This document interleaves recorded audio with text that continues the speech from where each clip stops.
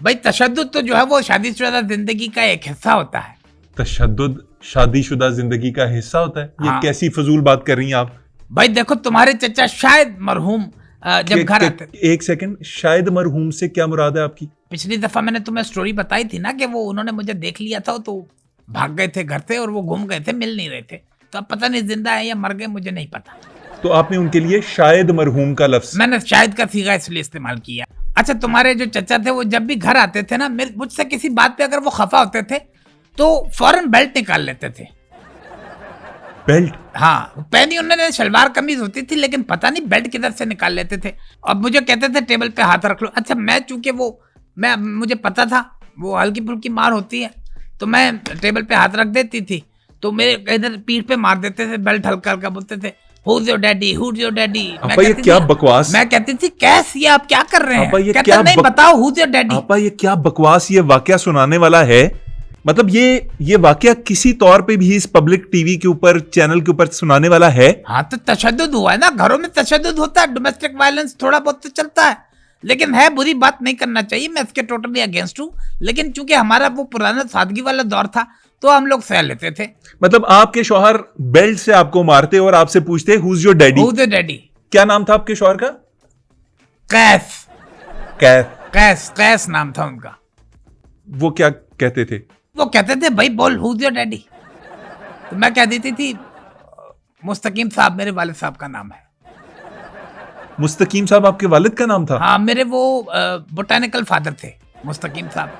आपा कैसी बातें करेंगी? बोटेनिकल फादर नहीं होता, बायोलॉजिकल फादर होता है। मुझे पता है बायोलॉजिकल फादर होता है, लेकिन मेरी वालिदा साहिबा की जो है वो दूसरी शादी हुई थी, तो ये जो वालिद साहब है मेरे मुस्तकीम साहब, ये मेरे असल वालिद नहीं थे, बायोलॉजिकल फादर नहीं थे, ये मेरे बोटेनिकल फादर इसलिए थे क्योंकि ये माली थे जिनसे मेरी वालिदा ने दूसरी शादी की थी। गार्डनर माली? गार्डनर माली थे, इस वजह से वो मेरे बोटेनिकल फादर हुए।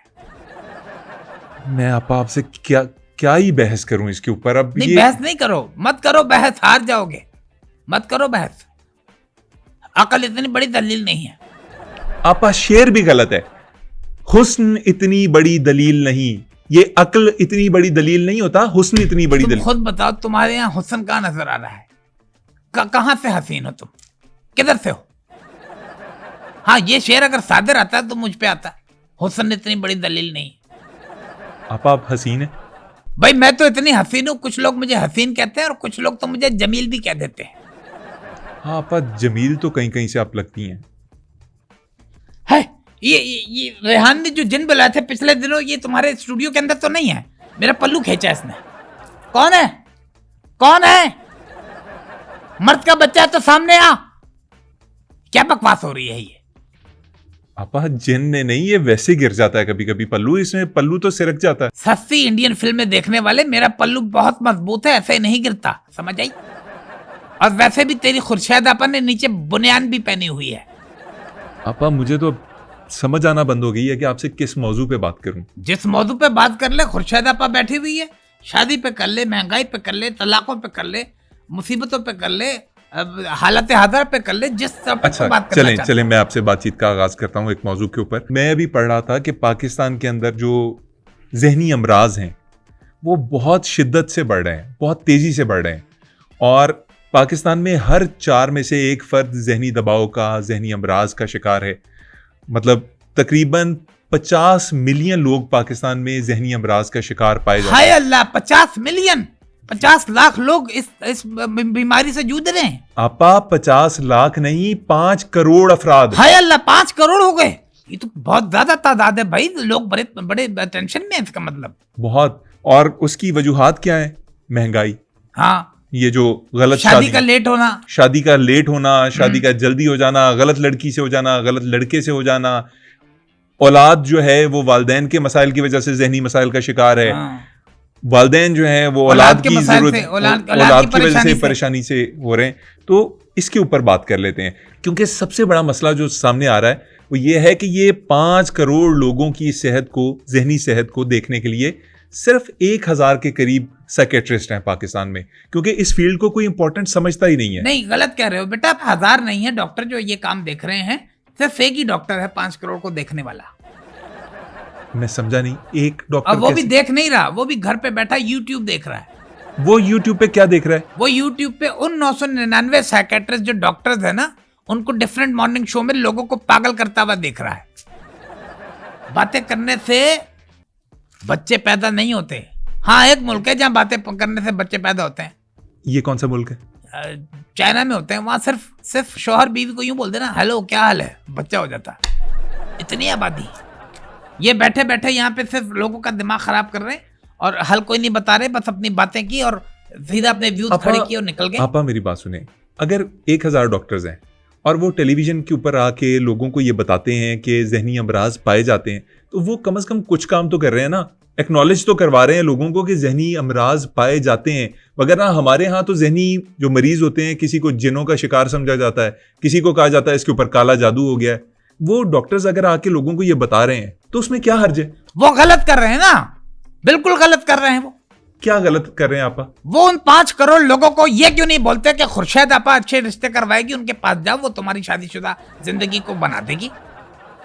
खुर्शीद आपा, आप अपना मंजन बेच दें। लास्ट टाइम भी आप मेरे शो में कह रही थी मेरे नाम की पट्टी चला दो, नीचे एड्रेस दे दो, ये कर दो। आप अपना मंजन बेच रही हैं। देखो बेटे, मंजन बेचने की बात नहीं है, जो बात हक सच है मैं वो कहूंगी।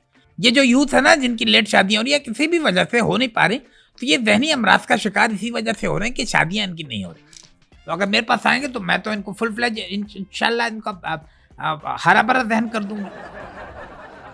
आपा, आपके पास किस किस्म के लोग आते हैं रिश्ते के लिए? चलें, आप कह रही हैं कि लोग आपकी तरफ डायरेक्ट नहीं करते लोगों को शादियों के लिए।